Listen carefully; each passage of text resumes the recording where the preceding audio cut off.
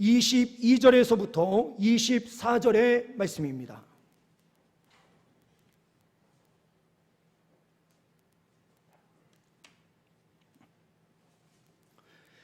제7절 곧 맥주의 조실절을 지키고 새말에는 수장절을 지키라.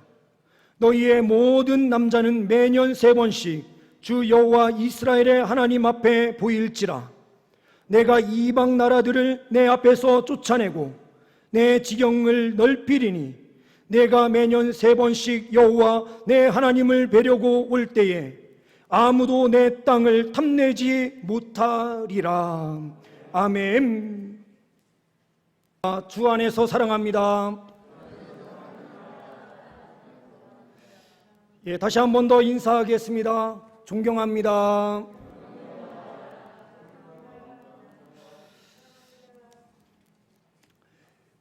먼저 보신 본 내용은 영국 기자가 대한민국에서 15년간 기자 생활을 한 이후에 쓴 한국인을 말한다라는 책의 요약 내용입니다. 마이클 브린이라는 기자가 본 내용을 기록을 했습니다. 우리나라는 기가 세서 배짱 있는 나라로 4대 강국을 함부로 대하는 유일한 나라다라고 이야기를 합니다. 그래서 뒤에 강국에는 항상 놈을 붙입니다. 미국놈, 중국놈, 외놈, 떼놈. 그러나 가난하고 힘든 나라, 이런 나라를 부를 때는 베트남 사람, 인도 사람 배려할 줄 아는 나라, 그 나라가 바로 대한민국이다라고 말합니다. 또한 중국과 한국을 비교하면서 이야기한 한 부분이 있습니다. 한국의 독립운동사만 보더라도 한국이 얼마나 기가 강한 나라인지 알 수 있다라고 말을 합니다.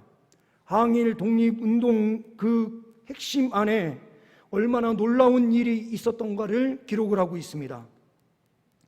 1932년 일본이 중국에 만주국을 건설하고 1945년 폐망하기까지 13년 동안 난징 대학살을 포함해서 일본에 의해 죽은 사람이 3,200만 명에 달합니다. 그러나 중국인이 일본 고위층을 암살하는 경우는 거의 전무한 상태입니다. 그에 비해 한국은 만 35년 동안 3만 2천 명으로 중국과 비교할 때에 1000분의 1에 불과하지만 학살된 사람이 1000분의 1에 불과하지만 일본 고위층 암살 시도와 성공 횟수는 세계가 감탄할 정도다라고 말합니다. 1909년에 안중근 의사는 하얼빈역에서 전 일본 총리 이토 히로부미를, 1932년 이봉찬 의사는 도쿄에서 일왕에게 폭탄을 던지고 같은 해 윤봉길 의사는 상해에서 폭탄을 던져 많은 고위 관리를 살상하게 됩니다. 1926년에는 나석주 의사가 동양척식 주식회사에 폭탄을 투척하고 조선철도회사에서 일본인을 저격하는 일들을 많이 행하게 됩니다. 이만큼 한국은 뛰어난 민족이다라는 것을 강조합니다. 나라의 독립과 나라의 발전을 위해서 모든 것을 할 수 있는 민족. 우리 대한민국은 우리 스스로는 잘 볼 수 없지만 외국 사람들이 우리나라에 와서 본 사람들, 그 사람들은 전혀 다른 모습으로 평가하는 모습을 우리는 보게 됩니다. 다음 PPT 내용을 함께 보겠습니다. 이 사진을 찍어서 코로나19의 상황에서 이것을 뭐라고 표현을 할까요? 신천지입니다. 다음엔요.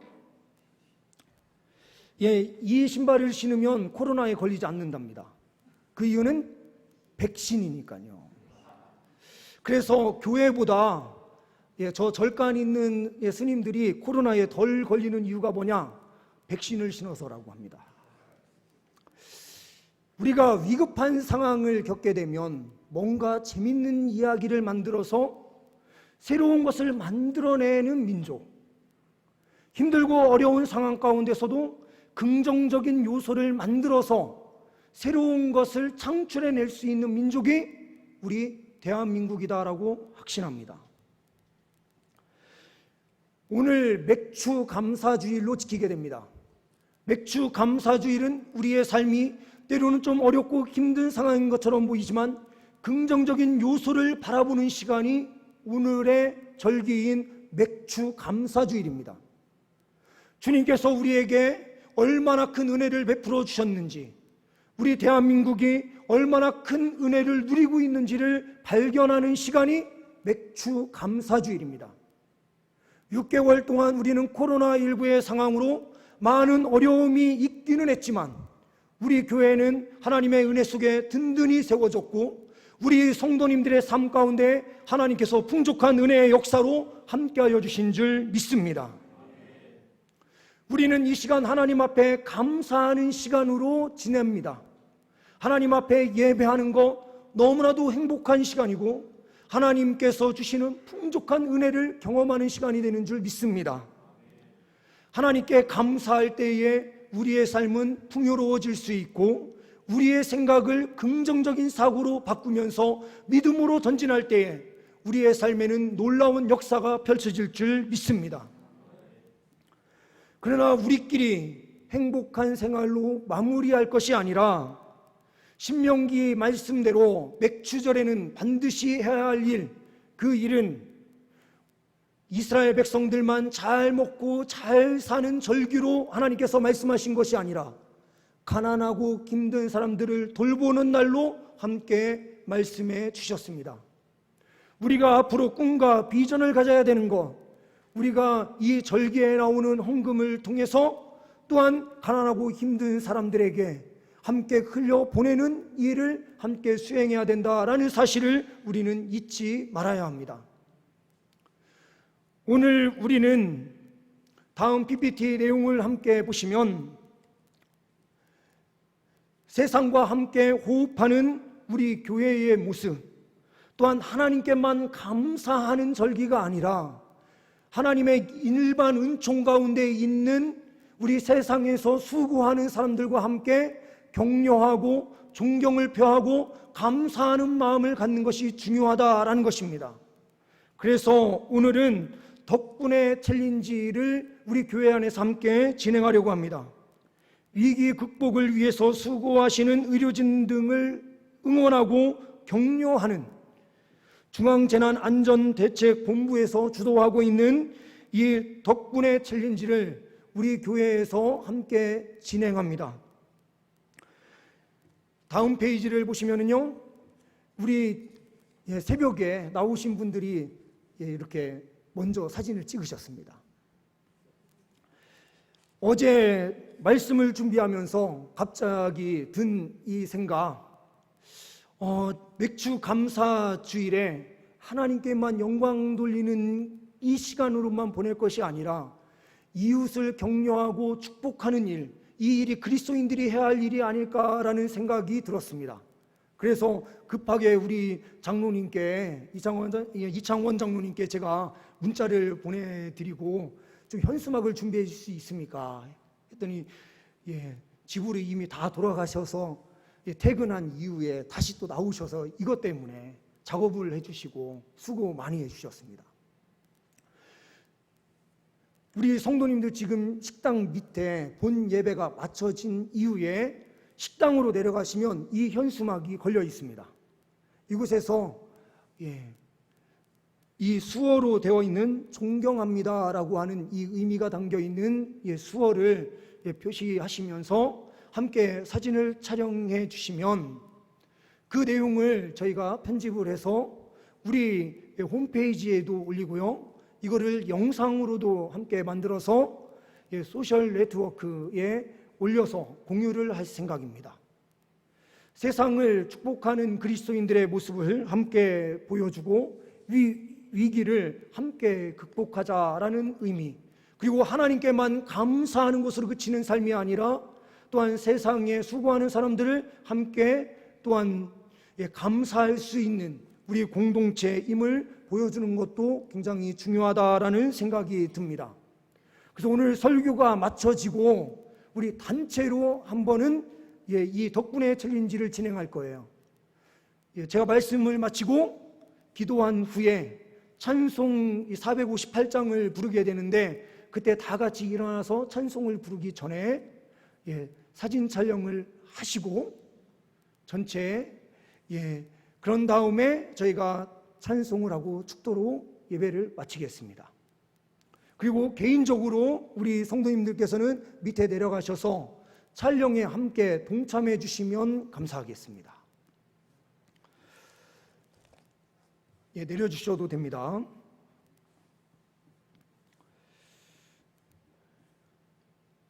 영국에 구두를 만드는 일을 하고 있었던 가난한 한 소년이 있었습니다. 이 소년은 구두를 만지면서 그리스어, 라틴어, 히브리어를 혼자 공부를 하기 시작합니다. 이 소년은 교회에 다니며 열심히 공부했고 1792년 침례교 선교사가 되어서 인도로 가게 됩니다. 이 소년이 바로 현대 선교의 창시자다라고 불려지는 윌리엄 캐리입니다. 인도에서 어느 날 8년 가까이 성경을 번역을 하는 일을 해서 원고를 만들어 놨는데, 이 원고가 강아지 한 마리가 뛰어가면서 촛대를 쓰러뜨리는 바람에 이 8년 동안 번역해 놓았던 모든 내용이 다 불타버립니다. 이런 상황이 되면 보통 사람이면, 저 같은 사람이라도 화가 나서 짐승에게라도 뭐라도 할 텐데, 이 캐리는 어떻게 하느냐, 이 강아지를 꼭 끌안고 기도를 합니다. 하나님, 저의 이 번역의 내용이 하나님 보시기에 너무나도 부족해서 다시 다 태워버리시고 다시 번역할 수 있게 하시니 감사합니다. 모든 것이 다 날아간 그 상황에서도 하나님 앞에 감사할 수 있는 믿음, 이 믿음이 그리스도인들의 참 모습인 줄 믿습니다. 오늘 우리는 출애굽기 34장 22절에서부터 24절의 말씀을 토대로 해서 하나님의 보호하심의 은총을 우리는 함께 확인하려고 합니다. 하나님께서 절기를 주신 그 이유, 그 첫 번째, 그것은 하나님의 날을 기억하라라는 것입니다. 하나님께서는 시간을 정해 놓으십니다. 절기를 주셔서 그 날을 기억하게 하고, 그 날에는 하나님 앞에 전적으로 나와 하나님 앞에 예배하게 하십니다. 이 본문 말씀이 나타나는 출애굽기 34장의 말씀은 앞쪽에서는 바로 시내 산에 올라가서 하나님으로부터 돌판을 다시 받는, 율법의 말씀을 받는 장면이 나와요. 그리고 이 말씀이 있는 후반부에는 그 말씀, 받은 말씀의 내용을 이스라엘 백성들에게 선포한 다음에 자기 얼굴에, 피부에 광채가 나고 있음을 발견하고 성막으로 들어가 자기 얼굴을 가리는 일이 기록이 되어 있습니다.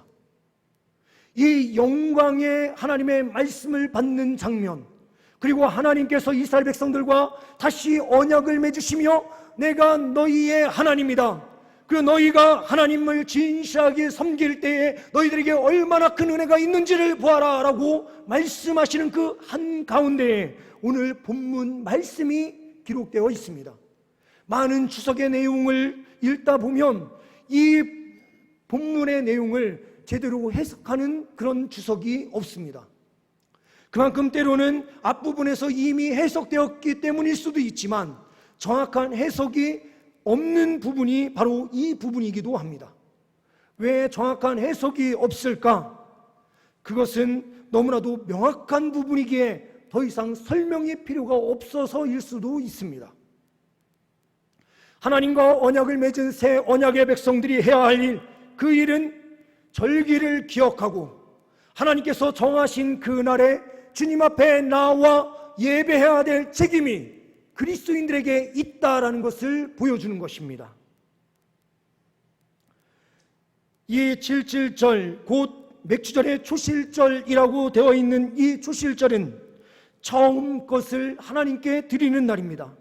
그래서 이 초실절이라는 이 초실의 의미는 첫 번째 것이라는 의미와 함께 제일 좋은 것이라는 의미가 함께 들어있는 거예요.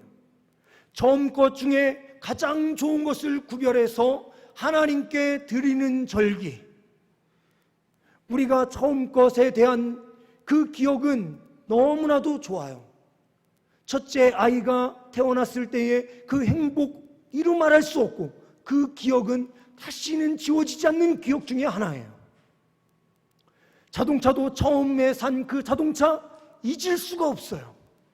처음 산 그 자동차는 항상 가서 닦고 쓸고 하루에 8시간씩 닦으면서도 행복해하는, 어디 가서 8시간 일하라 그러면 그 정도로 일하지 않을 거예요. 처음 것에 대한 행복과 즐거움은 너무나도 큰 것이죠. 하나님께서 그런데 이 처음 것이 하나님 것이다 라고 말씀하세요. 처음에 열린 그 수확을 통하여 하나님께서 영광 받으신다라고 말씀하시는데, 이것은 예수 그리스도께서 이 땅에 오셔서 온전히 성취되고 이루어진 것이었습니다. 예수 그리스도께서 부활의 첫 열매가 되셔서 우리에게 완전한 기쁨을 허락하여 주시고 계세요. 하나님 그 첫 번째 것을 하나님께서 스스로 받으시고 하나님의 영광 가운데 함께하여 주셨고, 예수 그리스도를 믿는 모든 심령에게 주님께서 이러한 좋은 은혜를 늘 항상 베풀어 주시고 계십니다. 맥주절은 하나님 앞에 감사하며 나아갈 때에 주님께서는 우리에게 승리를 주시는 날이에요. 맥주절이라고 하는 이것은 77절이라고도 말해요. 이것은 무교절이 끝나는 마지막 6월절과 연결돼서 무교절이 7일 동안 또한 지켜지고, 이 마지막 부분에 드려지는 것이 바로 보리, 그 보리의 주스를 하나님께 드리게 됩니다. 그러면서 7주가 지나서 77이 49가 맞춰지고 그 다음날 52일째가 되는 그날에 밀을 취소함으로 하나님께 드리는 날이 바로 오늘의 본문 말씀이라는 맥주절입니다. 보리는 대맥이라고 하고 밀은 소맥이라고 해서 두 가지가 다 맥으로 통하기 때문에 이것이 맥주절이다라고 쉽게 번역할 수 있게 되는 것입니다. 이것은 우리가 원래대로 교회력으로 지키게 된다면 예수 그리스도께서 살아나셔서 40일 동안 함께 계시다가 승천하시고 10일 후에 오순절 다락방에 성령의 기름 부으심의 역사가 나타나는, 그 역사가 나타나는 성령 강림주일에 지키는 것이 어떻게 보면 더 맞을 수도 있지만, 이것이 7월 1일에 지켜지는 것이 더 큰 의미가 있다라는 생각이 들어요. 우리 6개월 동안 잘 지내온 그 은혜에 감사함으로 하반기를 다시 믿음으로 전진하겠다 결단하는 시간으로 보낼 수 있는 이 날이 너무나도 귀중한 시간이요, 이 시간은 오순절의 다락방 사건이 나타나는 강력한 성령의 기름 부으심이 있는 은총의 날입니다. 이 날에 우리는 반드시 기억해야 될 것이 있습니다.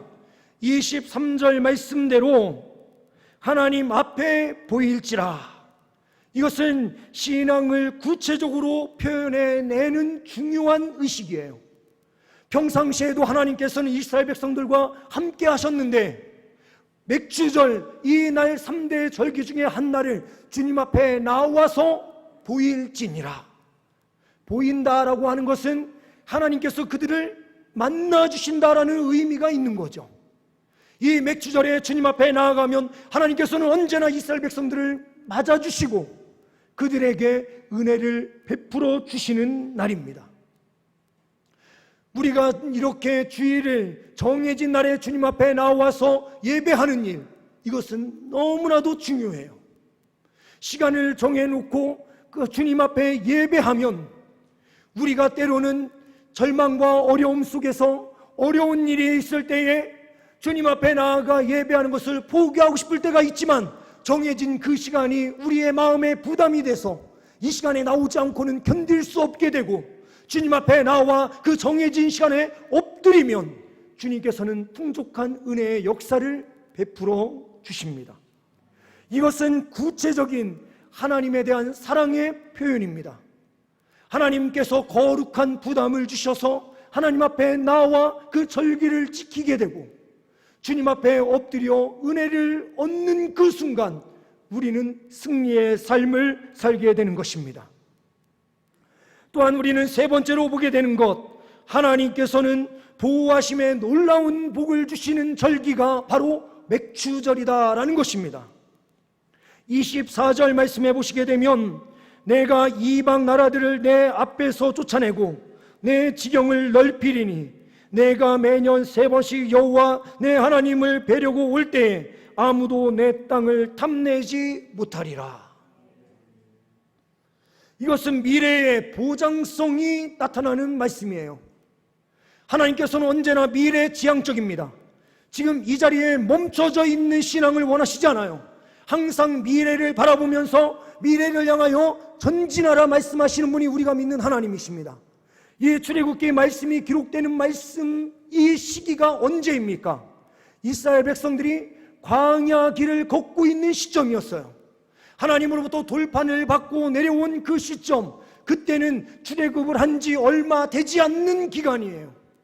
그런데 이때에 40년 후에나 있을 수확의 문제를 이야기하는 거예요. 처음 가나안 땅에 들어가서 얻는 그 수확의 조시를 하나님 앞에 바치어라 라고 말씀해요. 아직도 까마득히 먼 그 시점을 위해서 하나님께서는 말씀해 주시고 계십니다. 이것은 이후 40년 후에 반드시 지켜야 될 하나님의 절기인데 이때에 누릴 영광이 얼마나 큰 영광이냐. 이방 나라들이 너희 앞에서 완전히 쫓겨나게 될 것이다. 그러므로 너희는 여호와 하나님 한 분만을 진실하게 섬기며 믿음으로 전진하라. 오늘 말씀에 남자들은 매년 3번씩 주님 앞에 나와서 절기를 지켜야 됐어요. 여기서 남자다라는 이 표현에 너무 어려움을 느끼실 필요 없습니다. 남자를 이때 표현하는 것은 가족의 전체를 대표하는 대표성을 의미하는 것이고, 이 대표성에 의해서 예수 그리스도께서 온전히 십자가에서 자기 자신을 드림을 통하여 예수 그리스도를 믿는 모든 사람들에게 풍족한 은혜를 허락하여 주시고 계신 것과 연결되는 영적인 의미입니다. 그런데 남자들이 전부 다 자기의 일을 멈추어 놓고 예루살렘에 나아가서 하나님을 만난다. 이것은 결코 쉬운 일이 아니에요. 왜 그렇습니까? 예루살렘까지 가려면 기본적으로 일주일 이상을 가야 돼요. 절기를 지키고 다시 돌아오는 이 기간까지 생각하면 거의 한 달을 하나님 앞에 온전히 드리는 마음으로 가야 돼요. 남자들이 자기 집에 있던 모든 사람들이 다 주님의 절기에 예루살렘에 와서 성전에서 예배를 드린다? 이것은 쉬운 일이 아니에요. 왜요? 남자들이 다 예루살렘으로 한 곳으로 성수가 있는 곳으로 온 순간 적군들이 쳐들어 오면 방어할 수 있는 능력이 없어요. 그런데 하나님 앞에 예배하는 그 절기의 날에 하나님께서 어떻게 해주신다라고 말씀하십니까? 아무도 내 땅을 탐내지 못할 것이다. 왜요? 하나님께서 그들 가운데 두려움을 주시기 때문인 거죠. 우리가 주님 앞에 나와 이렇게 절기를 지키고 하나님 앞에 예배하는 성수주일, 이 주일은 우리가 살고 있는 그 생계의 자리를 완전히 내려놓고 이 자리에 나오는 거예요. 어떻게 이 일이 가능합니까?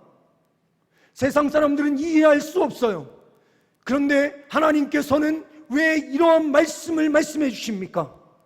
주님 앞에 우선순위를 두고 모든 것을 맡기고 주님 앞에 나와서 주님 앞에 예배하는 삶을 첫째로 생각하는 사람들은 하나님께서 반드시 그들의 모든 생업을 책임져 주시고 특별히 이방 사람들도 접근할 수 없도록 주님께서 막아주시는 역사로 보호해 주신다라는 것을 강조하시는 겁니다. 그냥 보호하는 정도로만 그치는 것이 아니라 24절 말씀해 보게 되면 내 지경을 넓히리라. 하나님의 복은 그 자리에 머물러 있는 복이 아니에요. 하나님을 진실하게 섬길 때에는 하나님께서는 그 모든 영역을 넓혀주신다라고 말씀합니다. 이 영역은 우리의 삶의 영역뿐만 아니라 우리의 모든 삶에 필요한 모든 것들을 공급해 주시는 것을 통해서 우리의 꿈과 생각이 넓어지는 거예요.